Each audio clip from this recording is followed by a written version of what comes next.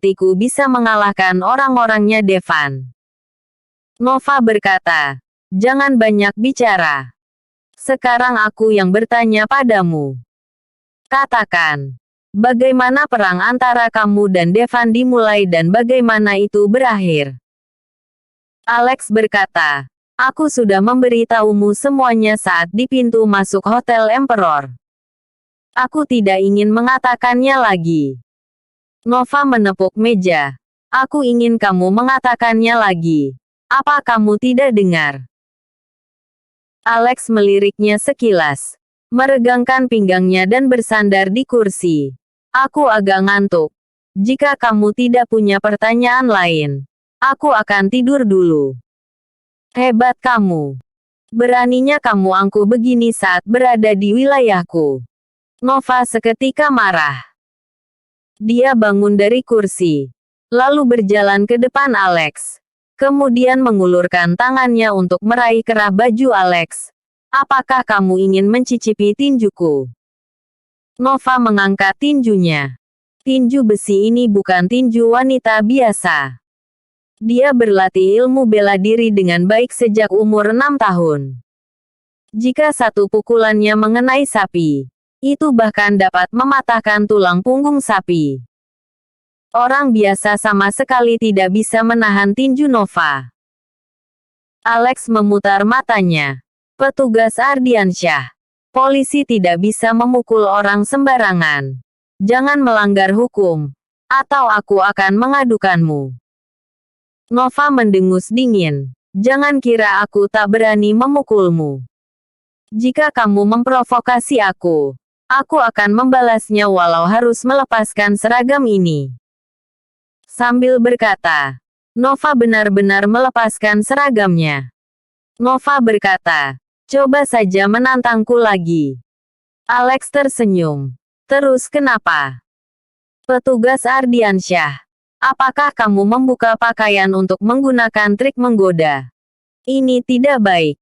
Jangan lupa, kamu dan istriku adalah teman sekelas. Tingkah lakumu ini sangat terce. Sebelum kata-kata itu selesai, tinju Nova sudah mendarat di perut Alex. Buk. Alex menerima pukulan Nova tanpa perlawanan sedikit pun. Lalu mendadak kejang-kejang, menutup matanya, dan jatuh lemas. Dua petugas lainnya ketakutan dan berdiri. Petugas Ardiansyah, mengapa kamu melakukan ini? Jika kamu dia mati, kita semua akan dihukum. Nova juga merasa sedikit menyesal ketika melepaskan pukulannya. Ini semua karena dirinya yang terlalu emosional hingga kehilangan kendali oleh perkataan Alex. Dengan satu pukulan ini, yang ringin akan mengalami kerusakan organ dalam, dan yang parah akan tewas di tempat. Dirinya yang bersalah, tapi juga harus menyeret rekannya untuk dihukum. Dia panik di dalam, tapi berpura-pura tenang di luar, lalu menatap Alex. Untungnya, orang ini memiliki sedikit ilmu bela diri. Sepertinya dia belum mati. Jadi dia seharusnya pingsan. Nova menghela nafas lega di dalam hatinya. Siapa suruh dia tidak sopan? Alex, Hengki dan lainnya dibawa pergi oleh polisi. Erika sangat cemas. Ketika dia sedang mencari koneksi untuk membebaskan Alex dengan jaminan, Friska datang ke Jakarta. Erika, aku sudah di Jakarta. Sekarang di kantor Hotel Emperor. Mengapa kamu tidak ada? Aku dengar dari asistenmu kalau sesuatu telah terjadi di hotel. Erika terkejut dan senang. Kamu akhirnya datang juga. Memang telah terjadi sesuatu dengan hotel. Tunggu sebentar. Aku akan segera kembali. Erika bergegas kembali ke Hotel Emperor. Di kantor, seorang wanita cantik dengan sosok seksi sedang menunggu Erika dengan cemas.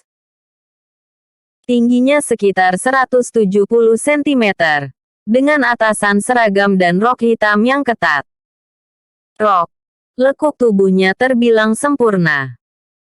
Melihat Erika penuh dengan keringat, Friska berkata, "Erika, jangan khawatir. Aku sudah di sini." Erika dan Friska saling berpelukan sejenak. Kemudian berbicara singkat dengan Friska tentang apa yang terjadi di Hotel Emperor. Friska, Alex dan yang lainnya dibawa oleh polisi. Cepat pikirkan solusinya. Itu akan merepotkan jika mereka telah dihukum.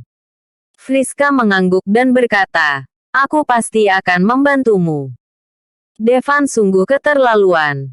Aku akan membuat perhitungan dengannya nanti. Sekarang, kita harus pergi ke kantor polisi dan mengeluarkan mereka berempat dulu. Friska dan Erika segera bergegas ke kantor polisi setempat. Tetapi Friska tidak pergi ke divisi kriminal. Dia juga tahu bahwa Nova terlalu sulit untuk diajak bicara. Dia langsung mencari Inspektur Gilang, pimpinan Kapolres Jakarta. "Inspektur Gilang, ini Friska." Inspektur Gilang berdiri keheranan saat melihat Friska. "Ponakanku, masalah apa yang membawamu ke Jakarta?" Friska berkata, "Inspektur, begini ceritanya." Friska memberitahu Inspektur Gilang tentang apa yang terjadi di Hotel Emperor. "Inspektur, penjaga keamanan Hotel Emperor semuanya adalah pengawal dari perusahaan Jaya Shield. Rekaman CCTV di tempat juga membuktikan bahwa Devan lah yang memulainya. Memimpin begitu banyak orang untuk menghancurkan hotel kami, yang menyebabkan keadaan menjadi tidak terkendali. Sekarang, aku meminta izin pembebasan pengawal kami." Inspektur Gilang berkata dengan ekspresi tertekan. "Friska, masalah ini terlalu merepotkan. Aku masih belum memahaminya secara menyeluruh sekarang. Jadi aku tidak berani membiarkan siapapun pergi. Selain itu, Nova yang bertanggung jawab atas kasus ini. Bahkan jika aku yang memintanya, belum tentu dia akan setuju." Friska berkata, "Inspektur, tolong pikirkan solusinya." Ketika Inspektur Gilang sedang kesulitan, telepon di meja berdering. Dia melihat sekilas nama penelepon, dan langsung berlari untuk mengangkatnya. Lalu menjawab, "Jenderal Danu, maksudmu?" "Lepaskan." "Baik, dimengerti. Tidak masalah. Saya akan segera menjalankan perintah." Setelah menutup telepon, Inspektur Gilang tertawa dan berkata, "Friska, kamu memang hebat. Kamu langsung meminta Jenderal Danu untuk membantumu. Ayo, kita cari mereka." Friska juga sedikit bingung. Mendengar kata Inspektur Gilang, telepon tadi sepertinya dari Jenderal Danu. Jenderal Danu juga memperhatikan kasus ini. Dan juga memerintahkan Inspektur Gilang untuk membebaskan mereka. Mungkinkah ayahnya yang membantu? Friska penuh dengan pertanyaan. Dan mengikuti Inspektur Gilang ke kantor polisi bersama Erika. Tepat pada saat perselisihan antara Nova dan Alex. Alex perlahan sadar setelah disiram secangkir air dingin. Orang ini tersenyum masam. "Petugas Ardiansyah. Kamu benar-benar berani melakukannya. Oke. Kamu hampir membunuhku dengan pukulan itu.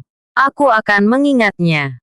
Nova berkata dengan marah. "Bagus kalau begitu. Aku ingin lihat apakah kamu masih berani menantangku di masa depan." Inspektur Gilang dan keduanya masuk. Kedua petugas itu dengan cepat berdiri. Inspektur Gilang.